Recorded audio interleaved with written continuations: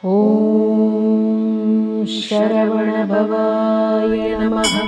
Om Sharavanabhavaya Namaha. Om Sharavanabhavaya Namaha. A unique, lesser-known temple of Lord Muruga, popularly called as the Kumarak-Kadavul Temple or Subramanya Swami Temple, situated in the village of Melakodumalur in the Ramanathapuram district of Tamil Nadu, is said to be at least over 2000 years old. This temple is believed to hide many esoteric secrets behind its hill setting and rituals. According to Skanda Purana, goddess Parvati gifted Muruga the divine veil or Shaktyayudha, the very embodiment of her supreme power, to destroy Surapadman and his forces. Along with divine Shaktyayudha, the 11 Rudras gave 11 additional weapons, which are bow, arrow, sword, flag, goad, Vajrayudha, staff, mace, trident, discus, and conch.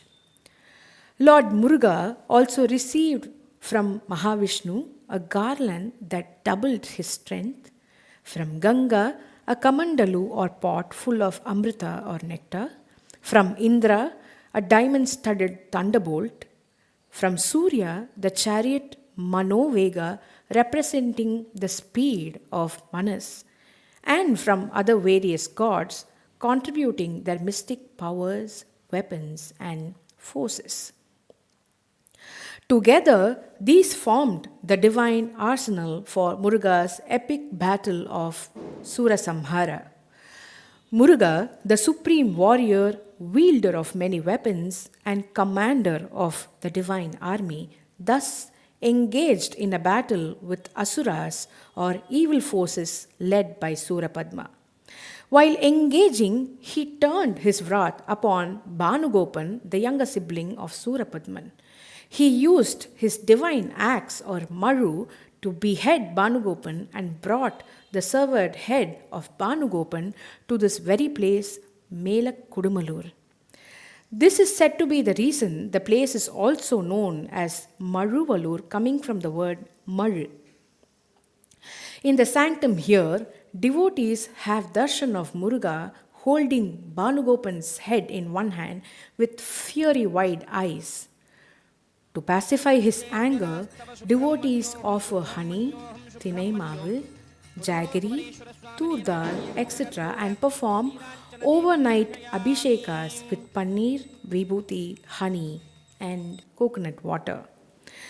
This unique Murugan temple, situated atop a serene hill in Melakodumalur, is said to have fallen into neglect and remained hidden from the public eye for almost a century. But divinity had its own mysterious ways of revealing itself. In a remarkable turn of events, Lord Muruga appeared in a dream to a humble devotee named Chitrangudi Rangasamy, a seller of dates. In this dream, the Lord commanded him to revive the temple, but without disturbing the sanctum sanctorum, as it is believed the deity resides with rishis who are there in eternal penance. Inspired and guided by this divine vision, the devotee undertook a task of rebuilding the temple in accordance with Lord Muruga's command. As a part of restoration, a Kumbhabhisheka was planned to re-energize and sanctify the temple. During such a ceremony, it is customary to remove the yantra, a mystical geometric diagram installed under the deity to perform special pujas and to restore its spiritual power before reinstalling it. However, when the temple authorities began digging beneath the Murugan idol to locate the yantra, they encountered an extraordinary phenomenon. Despite digging deep, they could not find the end of the peter on which the idol stood. The deeper they went, the more the stone continued, seemingly without end. Astonishingly, it appeared to be embedded deep into the hill itself, stretching downward with no visible termination. It soon became evident that this was not a sculpted idol, but rather a Swayambhu Murti, a self manifested form of Lord Muruga. The divine presence was not carved by mere human hands, but had revealed itself naturally. Hence, this was not just an idol, but a living deity, ever present and ever powerful. In reverence to this revelation, the head priest and the temple authorities decided not to disturb the base of the idol any further. Instead, they chose to place the yantra in the stula of a vimana directly above the sanctum, a rare but spiritually significant decision that follows the Kumarastambha Agama Vidhi, which even today has been carefully passed down by the hereditary lineage of Adishaivas. Another remarkable aspect of this temple is the Udai Maram, a peculiar tree that stands in the northern side of this site. According to local tradition, after his victory, Lord Muruga brushed his teeth with a divine stick and discarded it on the ground here. Miraculously, the stick sprouted into tree without any roots and appearing like a pot or kudam sitting directly on the earth. Devotees believe that this tree embodies medicinal and esoteric values in it. It is also believed that sage Pamban Swamigal composed a padigam after being miraculously healed following a dream vision of Melakodumalur Murugan. Those without progeny undertook a 48-day Vrata during which they consumed the leaves from this Udai tree and performed 3 pradakshinas around Muruga, and many testify to fulfillment of prayers through this practice. This temple stands not just as a place of worship but as a beacon of divine grace, healing energy, and fulfilled prayers. It is believed that Kavi Kunjara Bharati, a great Tamil Carnatic composer, was blessed with birth and divine inspiration after his father Subramanya Bharati prayed here and observed the 48-day Vrata. Kavi Kunjara Bharati was a celebrated Tamil poet and composer of Carnatic music, born into a family steeped in music and spirituality. His ancestral roots lay in the Tirunelveli district, though his parents resided in the village of Peringarai in Ramanathapuram. His birth name was Koteshwara Bharati, named after his grandfather. His father Subramanya Bharati was a well-known musician, as were both his paternal and maternal grandfathers, the latter being Nandhanur Nagabharati. This illustrious lineage ensured that music and devotion were woven into his life from the very beginning. His parents longed for a child and regularly prayed at the Kumarak-Kadavul Temple in Melakodumalur near Peringarai. Their prayers were eventually answered, and their son was considered to be a blessing by the Lord himself. In his early years, he received a traditional education of Guru Sishya Parampara and developed a keen interest in Sanskrit, Tamil, and other South Indian languages.